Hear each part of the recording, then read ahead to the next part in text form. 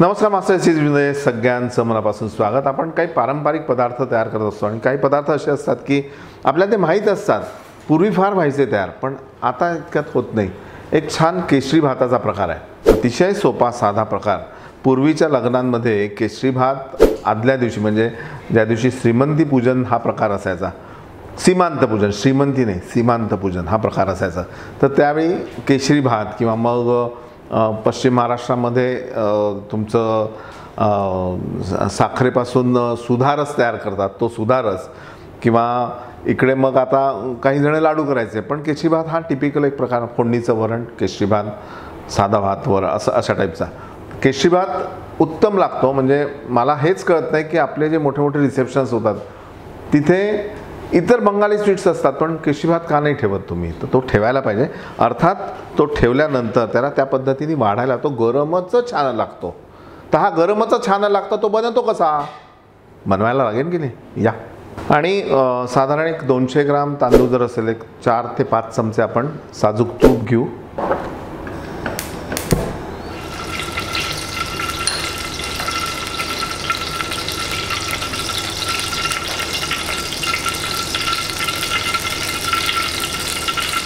दोन 3 लवंग, विलायची, आणि हा धुतलेला तांदूळ आहे. साधारण अर्धा पाऊण तास तांदूळ धुवून ठेवला होता. याला आपण थोडंसं परतून घेऊ.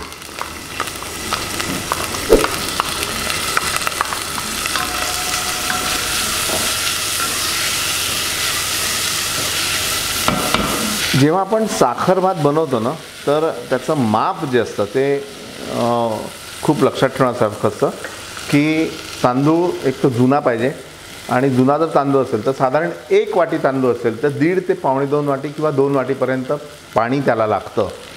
ते कशावर असतं की तुम्हाला भात कसा फडफडीत हवा, मऊ हवा. फडफडीत हवा असेल तर 1ला 1.5 हे माप योग्य आहे. आणि आता या वाटीने आपण साधारण 1.25 वाटी पाणी घेऊ, कारण याच्यामध्ये साखर आपण घालणार आहे, साखरेला पाणी सुटेल. ते पाणीसुद्धा त्याने अब्सॉर्ब केलं पाहिजे, म्हणून पाणी कमी घ्यायचं आहे. आणि सध्या 1च वाटी घेतो आहे, पण आपण 1.5 वाटी गरम करू.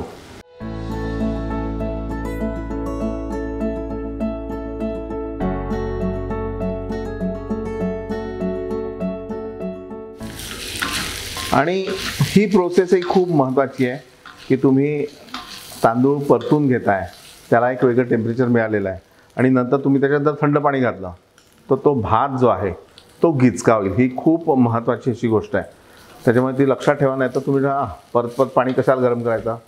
पण काही गोष्टी अशा असतात की त्या जर चुकल्या तर पुढचा सगळा प्रवास चुकतो आपला. युटर्न जर एखादा मारला नाही, आता मोठे मोठे हायवेज तयार झाले, तुम्ही पाहा, युटर्न आपण विसरलो, कित्येक मैल लांब जावं लागतं. तसंच आहे युटर्न. यामध्ये काजू, त्यातलं 1 वाटी पाणी आपण घालू.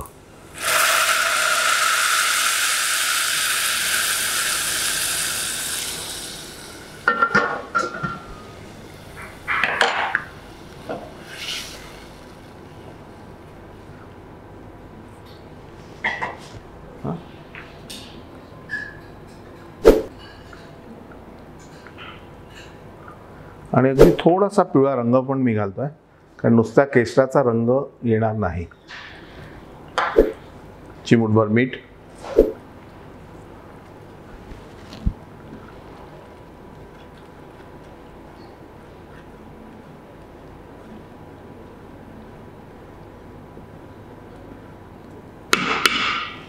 ह्याला 1-2 मिनिटं आपण पहिले झाकून ठेवू. ह्याला एक छान पिवळासा रंग आलाय,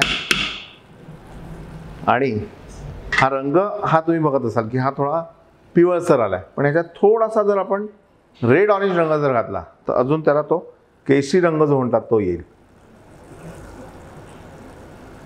आणि आत्ता यावेळी मी साखर घालतोय, तर साधारण 1 वाटी जर तांदूळ असेल तर 1.25 वाटी साखर घालायची या अंदाजाने.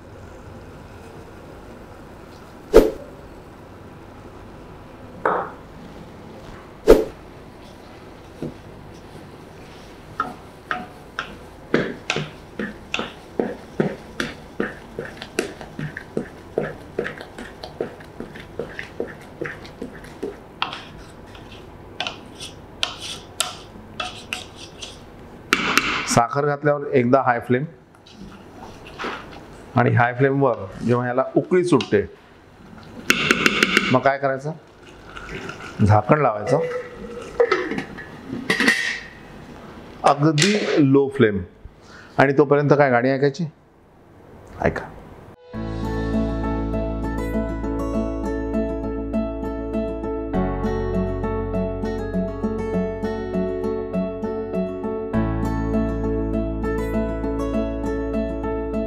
एक अजून 5 मिनिटं याला असंच ठेवू.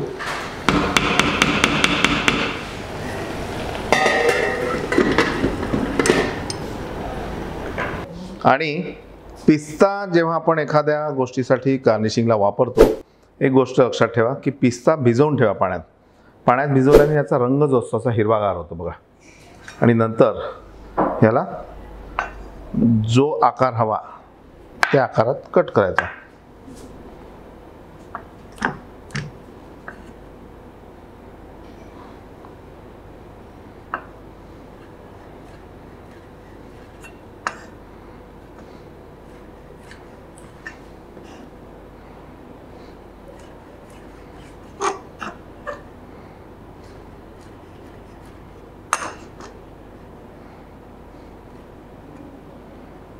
आता मी याला मोठ्या साखरेच्या दाण्यासारखं कापतोय, कारण बदाम जे आपले आहेत ते लांब लांब कापले.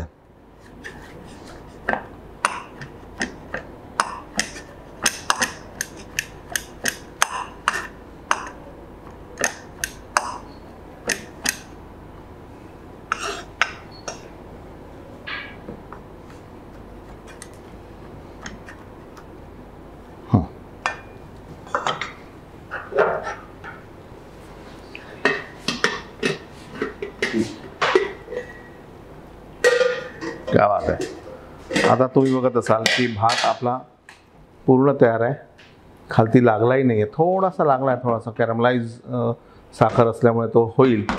पण एकूण हा भात तयार झाला आहे. हा भात शिजला की नाही ही पाण्याची पद्धत काय माहिती का, भात शिजला की नाही ही पाण्याची पद्धत घ्यायचा, खाऊन पाहायचा. पण दुसरी एक पद्धत असते की समजा नैवेद्याचा तुम्ही तयार करत असाल तर सरळ पाणी घ्यायचं, कारण हा चिकट असतो म्हणजे गरम असतो ना.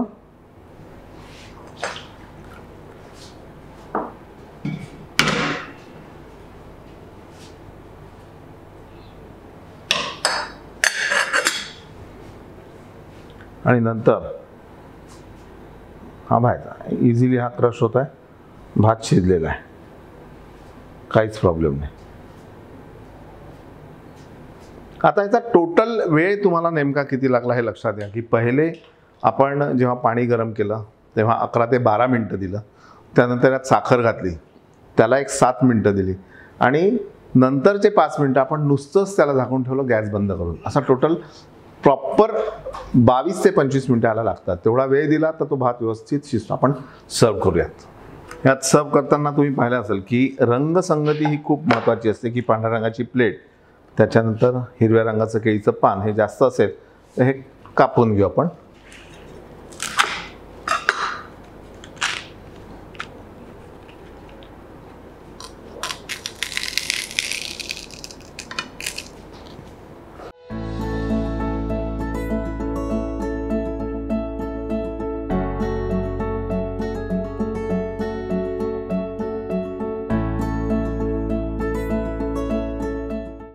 तर मनोहर असा हा साखर भात तयार झालेला आहे. आणि मी मनोहर म्हटल्याबरोबर मागच्या आमचे जे बॅक किचनचे लोक आहेत ना ते सगळे हो हो असं असं करतात. एनिवे त्यांचा सुद्धा एक मान ठेवला गेला. तर मनोहर सुंदर असा हा साखर भात तयार झालेला आहे. नक्की तयार करा. आणि केल्यानंतर काय करा, तुम्ही एक महत्त्वाचं काम करा, तुम्ही एकटे खाऊ नका, शेजारच्यांना घेऊन जा. बघा माझी आठवण येईल.